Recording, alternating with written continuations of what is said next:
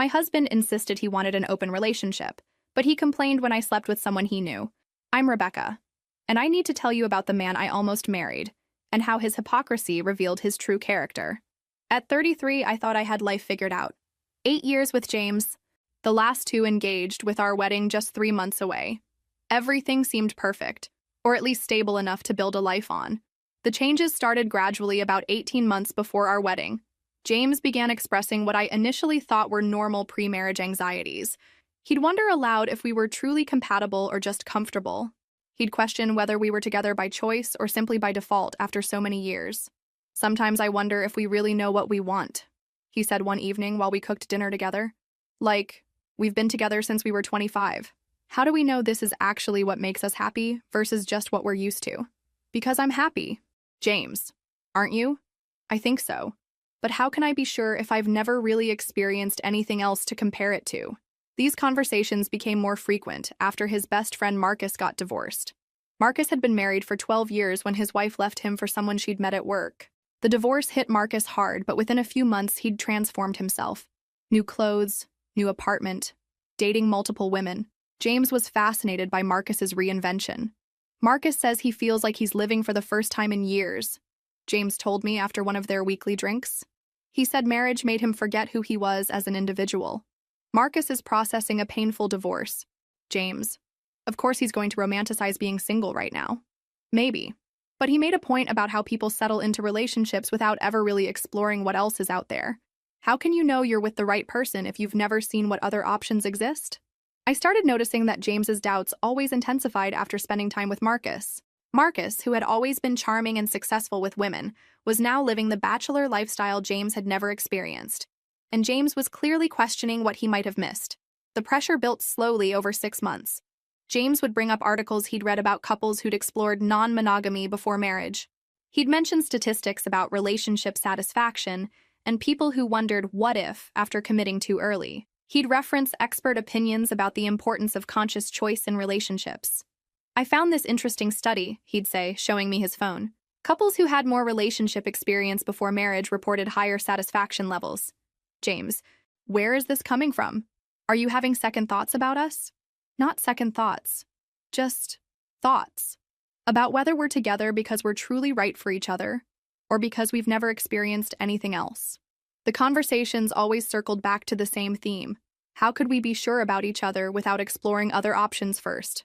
James presented it as an intellectual exercise, a way to make our eventual choice more meaningful. But I could see the real motivation underneath. He wanted to experience what Marcus was experiencing, but he didn't want to lose me in the process. 8 weeks before our wedding, James made his proposal official. I think we should try an open relationship, he said one evening, his voice carefully measured. Just temporarily. Just to make sure we're choosing each other for the right reasons. James, we're supposed to get married in 2 months. The venue is booked, the invitations are sent, our families have made travel plans. I know the timing isn't ideal, but isn't it better to be absolutely certain now than to wonder later? What if we get married and then spend years wondering what we missed? I'm not wondering what I missed. I chose you. But how do you know that choice is real if you've never made any other choice? If you've never been desired by other men or experienced different types of connection? The argument that followed lasted hours. James had clearly thought through every possible objection I might raise. When I pointed out the timing, he said postponing the wedding would be more expensive than being sure about our choice. When I said I didn't want to sleep with other people, he said I was letting fear hold me back from growth. When I said this could destroy our relationship, he said a relationship that couldn't survive exploration wasn't worth having. Look, he said finally, I'm not saying I want to leave you. I'm saying I want to choose you consciously, instead of just accepting you by default. This would be temporary. 3 months maximum. And it's not about finding someone better. It's about appreciating what we have more deeply. I spent 3 sleepless nights thinking about his proposal. Part of me recognized the manipulation in his timing and his arguments. But another part of me was terrified that if I refused, James would always wonder what he'd missed. And that wondering would poison our marriage even if we went through with it. Finally, I agreed. Not because I believed in the concept, but because I was exhausted from arguing, and because James had made it clear that my refusal would be interpreted as fear or insecurity. Okay, I said. 3 months. 3. But with clear boundaries. James's face lit up with more excitement than he'd shown about anything related to our relationship in months. That should have been my first warning. What boundaries? He asked. Complete honesty about what we're doing. Protection always. And nothing that risks our health or safety. Of course. And Rebecca? This is going to make us stronger. You'll see. Within days, James had updated his dating profiles and was actively scheduling dates. He approached the whole thing with an organizational efficiency that suggested he'd been planning this for longer than he'd admitted. New clothes appeared in his closet. He started going to the gym more frequently. He even got a new haircut. Just want to put my best foot forward, he explained, when I noticed the changes. The transformation was striking. James had an energy and enthusiasm I hadn't seen in years. The problem was that none of that energy was directed toward me. He was excited about the possibilities ahead of him, not about appreciating what he already had. Within 2 weeks, he was going on 3 or 4 dates per week. He'd come home energized, sometimes staying up late texting with new connections. He'd shower immediately when he got home and would be vague about details when I asked about his evenings. How was your date? I'd ask. Good. Interesting conversation. She's a lawyer. Very different perspective on things. Different how? Just different. Fresh, you know? Sometimes it's nice to talk to someone who doesn't know all your stories already. The casual way he dismissed our shared history stung, as if knowing each other deeply was a limitation rather than an intimacy. Meanwhile, I was struggling to even begin exploring. The idea of dating other men while wearing my engagement ring felt surreal. When friends tried to set me up with people, I declined. When men approached me at coffee shops or bookstores, I felt guilty for even considering their interest. How's your exploration going? James would ask occasionally, though he seemed more relieved than curious when I said I was taking things slowly. Maybe you're being too picky, he suggested after I'd turned down another setup. The point is to experience different types of people, not to find your soulmate. I'm just not comfortable jumping into bed with strangers. You don't have to jump into bed with anyone. Just be open to connection. Be open to seeing what else is out there. But James's own exploration was clearly physical. He was staying out late, coming home with that particular satisfaction of someone who'd been intimate with someone new. He tried to hide it, but after 8 years together, I could read the signs. 6 weeks into the experiment, I finally forced myself to go on a date.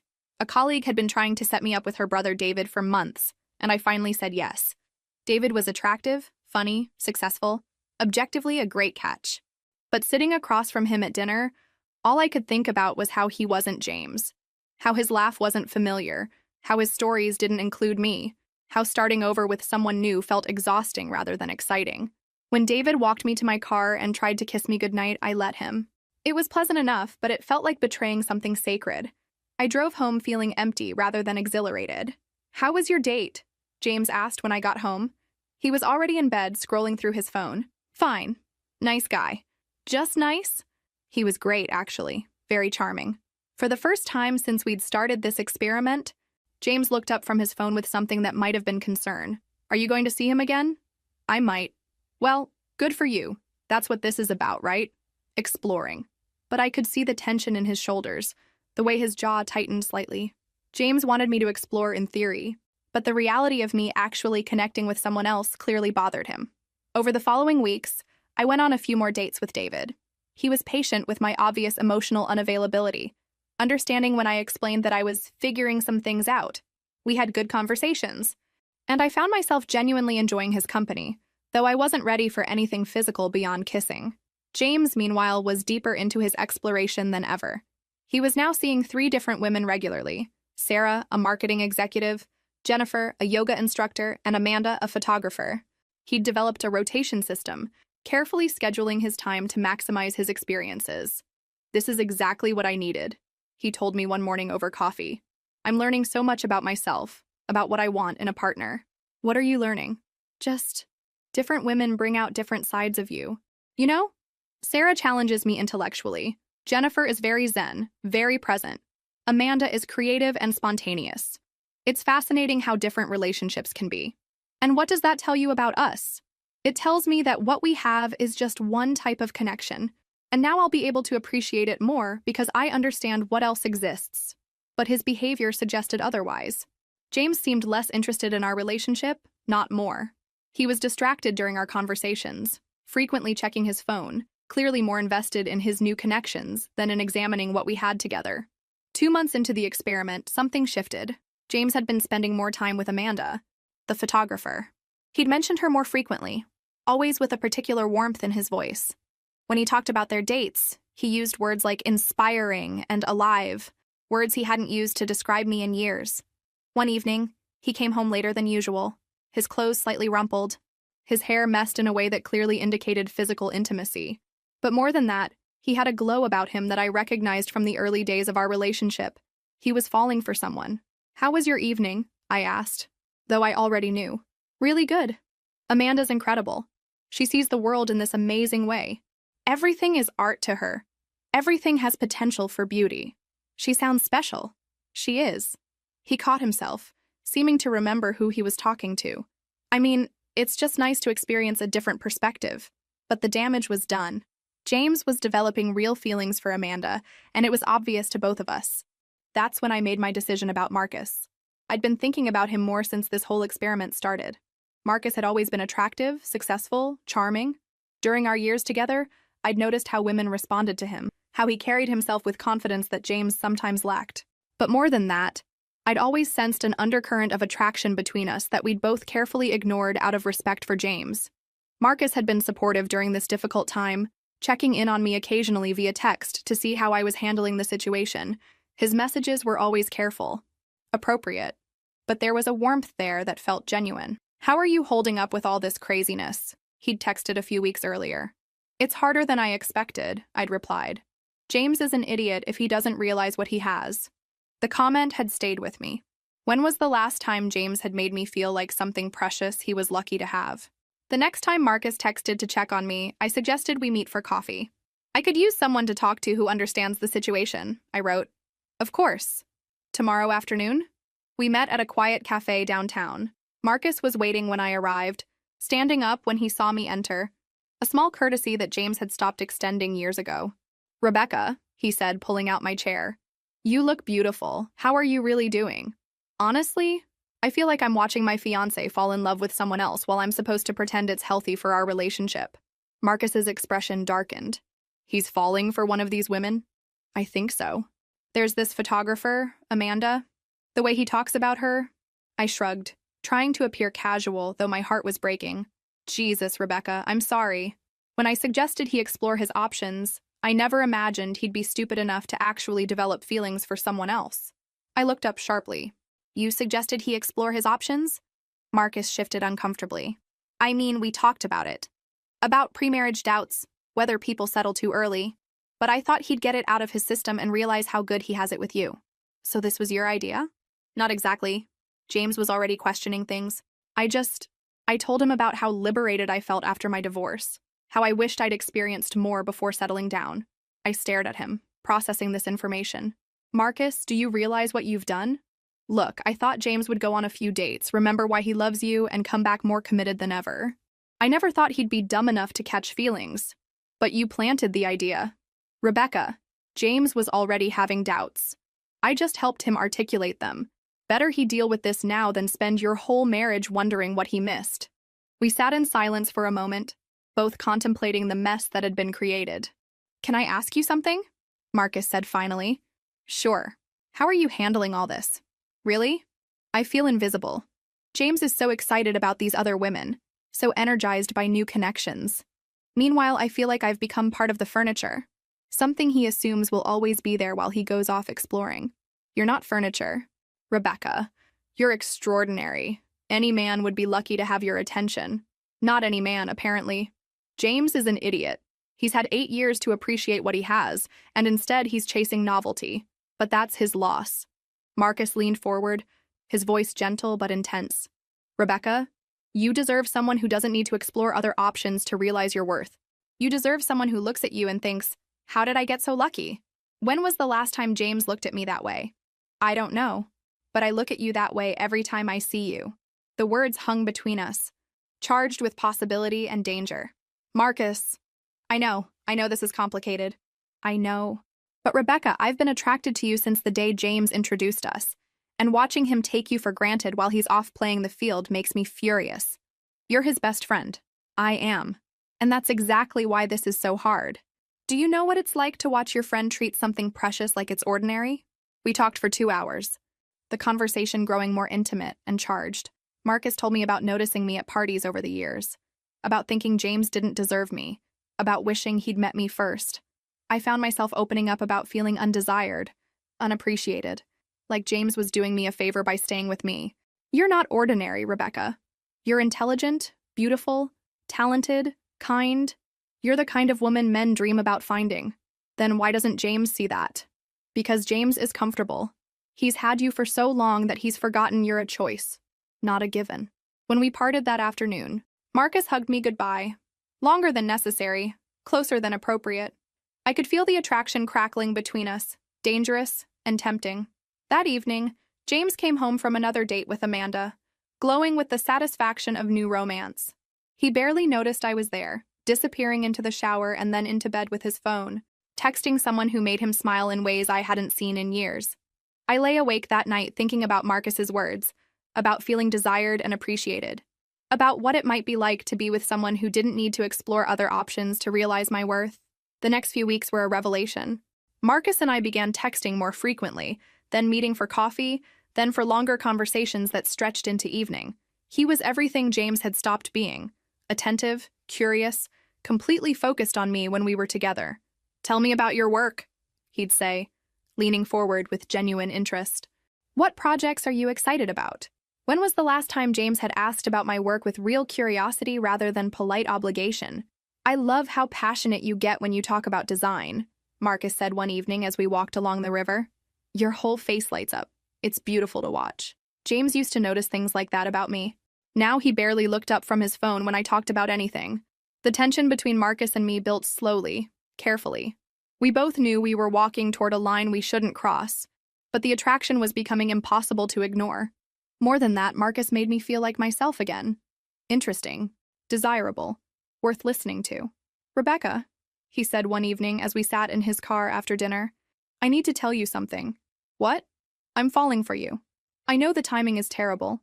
I know the situation is impossible, but I can't pretend anymore. Being with you these past few weeks has been the best part of my days. Marcus, I know you're still engaged. I know James is my friend, but watching him treat you like an option while he's off exploring makes me sick. You deserve so much better than that." "What are you saying?" "I'm saying I want to be with you, really be with you, and I think you want that too." He was right. Over the weeks we'd been spending time together, I'd fallen for Marcus too, not just because he was attractive and charming, but because he saw me, really saw me. He made me feel valuable, desired, interesting, all the things James had slowly stopped making me feel. When Marcus kissed me that night, it felt like coming alive after months of feeling invisible. All the attention, desire, and appreciation I'd been missing was suddenly there, focused entirely on me. "I've wanted to do that for so long," he whispered against my lips. "How long?" "Since the first time I saw you. You were wearing this blue dress at David and Sarah's party 3 years ago. James was checking his phone while you told a story, and I remember thinking he had no idea how incredible the woman standing next to him was." "You've been thinking about me for 3 years?" "I've been trying not to think about you for 3 years. But watching James take you for granted while he's off playing with other women, I can't stay quiet anymore." 2 weeks later, Marcus and I slept together. It was everything physical intimacy should be, but hadn't been with James for years. Passionate, intense, completely present. Marcus made me feel beautiful, desired, cherished in ways I'd forgotten were possible. "You're incredible," he murmured as we lay in his bed afterward. "I can't believe James is stupid enough to risk losing you. He doesn't think he's risking losing me. He thinks I'll wait around while he figures out what he wants. Will you?" I don't know anymore. For 3 weeks, I lived a double life. During the day, I'd come home to James, who was increasingly distracted by his relationship with Amanda. In the evenings, when James was out on his dates, I'd be with Marcus, who made me feel like the center of his universe. The contrast was devastating. James would come home from dates energized and glowing, full of stories about Amanda's creativity and spontaneity. Meanwhile, Marcus would text me throughout the day, remembering details about my projects, asking how I was feeling, making me feel constantly valued. "Amanda has this amazing perspective on art," James told me one morning. "She sees beauty everywhere. It's inspiring to be around someone so positive and creative." That same evening, Marcus said, "I love watching you work on your designs. You get this intense focus, like you're solving puzzles only you can see. It's sexy as hell." James was falling in love with Amanda's novelty. Marcus was falling in love with me as I actually was. But I knew this couldn't continue indefinitely. James's experiment was supposed to end in 2 weeks, and decisions would have to be made. More importantly, the guilt was eating at me. Not guilt about betraying James, he had opened this door, but guilt about the deception, about Marcus betraying his friendship, about the mess we were all creating. That's when I decided it was time for the truth. "James," I said one evening when he came home from another date with Amanda, "we need to talk." "Sure, what's up?" he asked absently, already reaching for his phone. "About our experiment, about what we've both discovered." "Oh, right." He put his phone down, giving me partial attention. "How has it been for you? You've been pretty quiet about your dates lately." "Actually, I've been seeing someone, regularly." James looked surprised. "Really? Who?" "Marcus." The phone slipped from James's hand, clattering onto the coffee table. "What did you say?" "I said I've been seeing Marcus, for the past month." James stared at me like I'd slapped him. "Marcus? My Marcus? Your best friend, Marcus, yes. But that's..." He struggled for words. "Rebecca, that's not what this was supposed to be about." "What was it supposed to be about?" "Exploring options with strangers, not sleeping with my best friend." "You never specified that strangers were required. You just said we should explore other connections." "But Marcus knows about us. He knows we're engaged. Friends don't do that to each other. Friends also don't manipulate each other into open relationships so they can explore other women without guilt." James stood up, pacing now. "This is completely different and you know it." "How is it different?" "Because he's my friend. Because there are boundaries. Because you specifically chose the one person who could hurt me most." "I chose someone who appreciates me, James.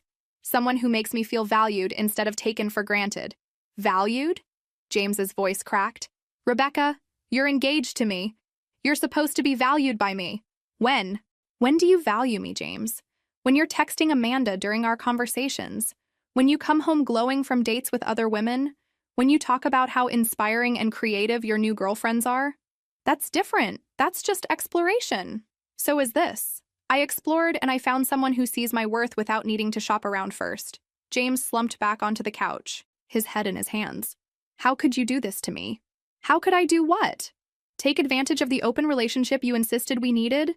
Exercise the same freedom you've been exercising for 3 months? But not with him. Anyone but him. Why? What makes Marcus different from Amanda or Sarah or Jennifer?" James looked up, his eyes wild. "Because he's my best friend. Because I trusted him. Because out of all the men in this city, you chose the one who knows exactly how to hurt me. Or maybe I chose the one who actually sees what you've been too blind to see." "What's that supposed to mean?" "It means Marcus recognizes my value without needing a 3-month experiment to figure it out. It means he makes me feel beautiful and interesting and worth fighting for. It means he doesn't need to explore other options to know what he wants." James was quiet for a long moment, processing. When he spoke again, his voice was smaller, defeated. "Are you leaving me for him?"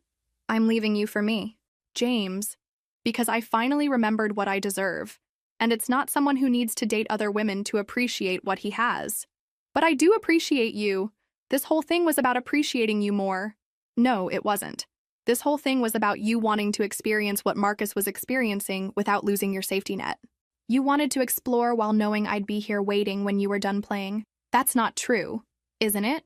James, you've spent 3 months having the time of your life with other women while I sat here feeling like I wasn't enough for you.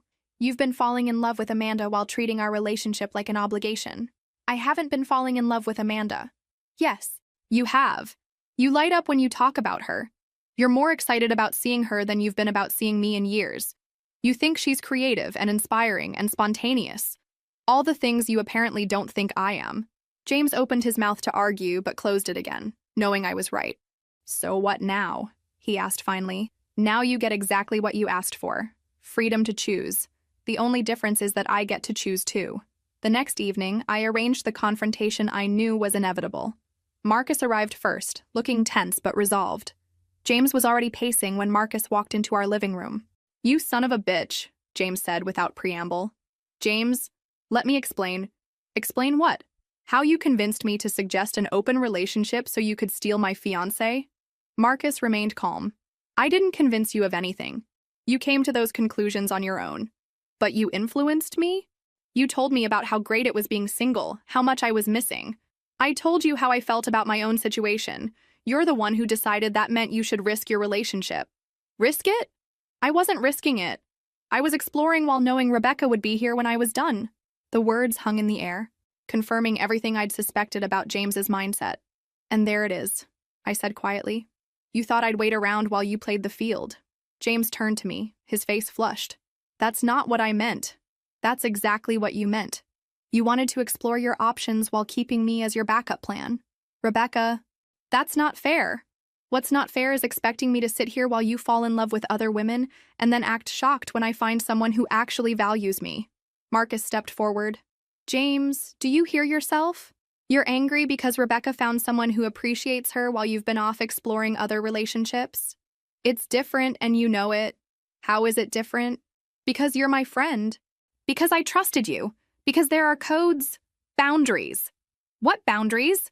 You opened your relationship.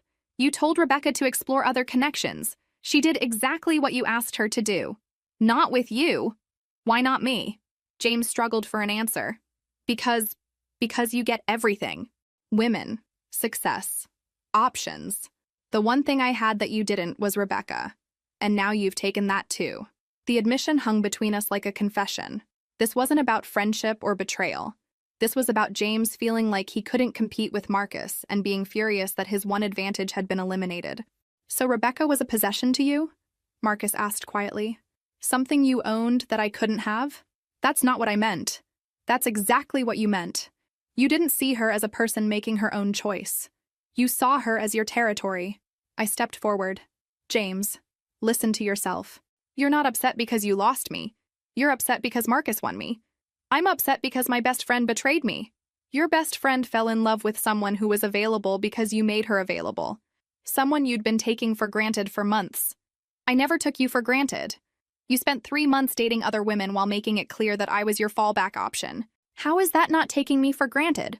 James looked between Marcus and me, his face cycling through emotions. Rage, hurt, confusion. So what happens now? He asked finally. Now you deal with the consequences of getting exactly what you asked for, I said. What does that mean? It means you wanted freedom to explore your options. And you got it. You just didn't expect that I'd find a better option while you were looking. A better option? James's voice cracked. Someone who doesn't need to shop around to appreciate what he has. Someone who makes me feel valued instead of taken for granted. Someone who fights for me instead of assuming I'll always be available. Marcus moved closer to me, his hand finding mine. James, I'm sorry about the timing and the circumstances, but I'm not sorry about falling for Rebecca. She's incredible, and frankly, you're an idiot for not seeing that. She was engaged to me. She was engaged to someone who needed permission to appreciate her. That's not the same thing. James slumped into a chair, the fight going out of him. I can't believe this is happening. You made it happen, I said, not unkindly. You opened this door, James. You convinced me that exploring other options would strengthen our relationship. You just assumed I wouldn't find anything better. I thought you loved me. I did love you. But love isn't enough when the other person doesn't value what they have. We sat in heavy silence for several minutes. Did you plan this? James asked Marcus finally. No. I suggested you work through your doubts because I thought you'd realize how good you had it with Rebecca. I never imagined you'd be stupid enough to actually pursue other women seriously. But you wanted her. I've been attracted to her for years. But I never would have acted on it if you hadn't made her available. Made her available? James looked confused. James, you spent months making Rebecca feel like she wasn't enough for you. You criticized her indirectly, made her feel insecure, then asked her to date other men while you fell in love with someone else. You made it clear that she was your backup plan, not your first choice. That's not true, isn't it? When was the last time you told Rebecca she was beautiful? When was the last time you seemed excited to spend time with her? When was the last time you made her feel like a priority instead of an obligation? James was quiet, unable to answer. Meanwhile, Marcus continued, Rebecca is intelligent, beautiful, funny, talented. Any man would be lucky to have her attention. You just took that for granted. So you decided to take advantage of my mistake? I decided to show her what it feels like to be truly valued. Something you'd apparently forgotten how to do. James looked at me with something like desperation. Rebecca, can't we try to work this out? Call off the wedding, postpone everything, figure this out? James? You spent 3 months showing me exactly how you feel about our relationship. You've been more excited about Amanda than about me. You've treated our engagement like something you needed to test, rather than something you were grateful for. But I love you. You love the security of knowing I'll be there. That's not the same thing as loving me. That's not fair. What's not fair is asking someone to marry you while simultaneously dating other people to make sure they can't do better. Marcus squeezed my hand. Rebecca deserves someone who doesn't need to explore other options to know her worth. And you're that someone? James asked bitterly. I'm someone who's been watching you take an incredible woman for granted for years. I'm someone who knows exactly how lucky I am to have her attention. This is insane, James said, but his voice lacked conviction. This is honest, I replied. For the first time in months, someone is being completely honest about what I deserve. The conversation continued for another hour, but the outcome was inevitable. James had gotten exactly what he'd asked for, the freedom to explore his options. He just hadn't expected me to find something better while he was looking. 3 weeks later, I moved out of the apartment James and I had shared. The wedding was officially canceled, deposits lost, families disappointed. But for the first time in months, I felt like myself again. Marcus and I didn't rush into anything serious immediately. We both knew our relationship had been born from complicated circumstances that needed time to resolve. But what we had was real, built on genuine appreciation, mutual respect, and the kind of desire that doesn't require comparison shopping to recognize. 6 months later, James reached out one final time. I made a mistake, he said when I agreed to meet him for coffee. I see that now. I had something real with you, and I threw it away because I was curious about what else was out there. Yes, you did. Can't we try again? I understand now what I lost. James, you didn't lose me. You gave me away. You spent months convincing me to look elsewhere, and when I found someone who actually valued me, you were shocked. But we had 8 years together. We had 8 years where you gradually took me more and more for granted. This experiment just made that visible. I thought you'd wait for me to finish exploring. I know you did. And that assumption told me everything I needed to know about how you saw me and our relationship. But I love you. You loved having me as your sure thing. That's not the same as loving me. James looked older, diminished. His exploration had ultimately led him exactly where Marcus had predicted, to the realization that he'd had something special and had been too blind to see it. What about Marcus? Are you happy with him? I'm happy with someone who doesn't need to explore other options to know my worth. Someone who chose me and keeps choosing me every day. But doesn't it bother you that he betrayed our friendship? He didn't betray your friendship, James. He fell in love with someone you made available. If you hadn't suggested the open relationship, none of this would have happened. I just wanted to be sure about us. And now you are sure. The question is whether that certainty means anything when it came at the cost of losing what you were trying to protect. James was quiet for a long moment. Do you think you'll marry him? I think I'll marry someone who doesn't need permission to appreciate what he has. A year later, Marcus and I were engaged. Not because we felt pressured by timelines or social expectations, but because we'd built something genuine together. Something based on choice rather than habit. Appreciation rather than assumption. The proposal happened on a quiet Sunday morning in his kitchen while we made breakfast together. No grand gestures, no public displays. Just Marcus looking at me over coffee and saying, I want to spend my life making sure you never feel taken for granted again. Is that a proposal? I asked, laughing. It's a promise. But yes, it's also a proposal. He pulled out a simple, elegant ring. Rebecca, will you marry someone who already knows exactly how lucky he is to have you? The contrast to James's proposal 2 years earlier was stark. James had proposed because it was the expected next step after 6 years together. Marcus proposed because he couldn't imagine his life without me in it. Our wedding was small, intimate, focused on commitment rather than spectacle. During our vows, Marcus said, I promise to choose you every day, not because you're convenient or familiar, but because you're extraordinary. I promise to see your worth not in comparison to others, but as an absolute truth. When it was my turn, I said, I promise to never settle for being taken for granted again, and I promise to be with someone who doesn't need permission to love me fully. In the small crowd, I noticed some of our mutual friends looked uncomfortable. James and I had been together for 8 years. Our breakup had created ripples through our social circle.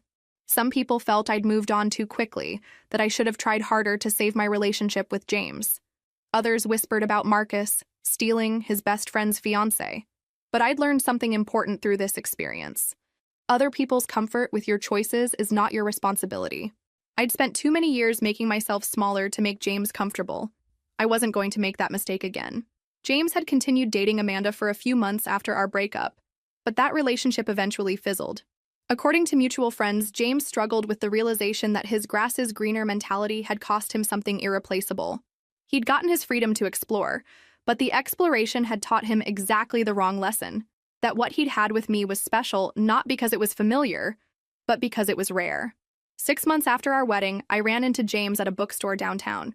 He looked tired, older somehow. The confident energy he'd had during his exploration phase was gone, replaced by something that looked like regret. "Rebecca," he said, approaching cautiously. "Congratulations on the wedding. I heard it was beautiful." "Thank you. You look happy." "I am happy." We stood in awkward silence for a moment before James spoke again. "I've been thinking a lot about what happened, about the choices I made, and I realize I convinced myself that exploring options would make me appreciate what I had. But really, I just wanted to experience what I thought I'd missed without risking what I already had. I know. You were never supposed to find someone else. You were supposed to wait for me to finish playing and then be grateful when I chose you again." The honesty was jarring, even though I'd understood this dynamic all along. "But that's not how choice works," I said. "Real choice requires real risk. You can't explore other options while keeping someone as your backup plan." "I see that now. Too late, but I see it." "James, what did you think would happen? That I'd sit around waiting while you fell in love with other women? That I'd be there whenever you decided you were done exploring?" "Yes," he admitted quietly. "That's exactly what I thought would happen." "Why?" "Because you'd been there for 8 years. Because you'd never left before. Because I thought your love was unconditional. My love was unconditional. But my presence wasn't. And you confused the two." James nodded slowly. "Marcus was right about me taking you for granted." "Yes, he was. Does it bother you that he manipulated the situation? That he influenced me to suggest the open relationship so he could have a chance with you?" I'd thought about this question many times over the past year. Had Marcus manipulated James? Had he planted seeds knowing they might grow into the destruction of our relationship? "I think Marcus saw an opportunity," I said finally. "But you gave him that opportunity. If you'd been secure in our relationship, if you'd truly valued what we had, no amount of influence from Marcus could have convinced you to risk it. So you don't blame him?" "I blame him for not being honest with you about his intentions. But I don't blame him for recognizing that you were taking me for granted and acting accordingly. He should have told me he was interested in you. Would that have changed anything? Would you have suddenly started appreciating me more if you'd known your best friend found me attractive?" James was quiet, considering. "Probably not. I probably would have just been more paranoid." "Exactly. The problem wasn't Marcus's interest in me.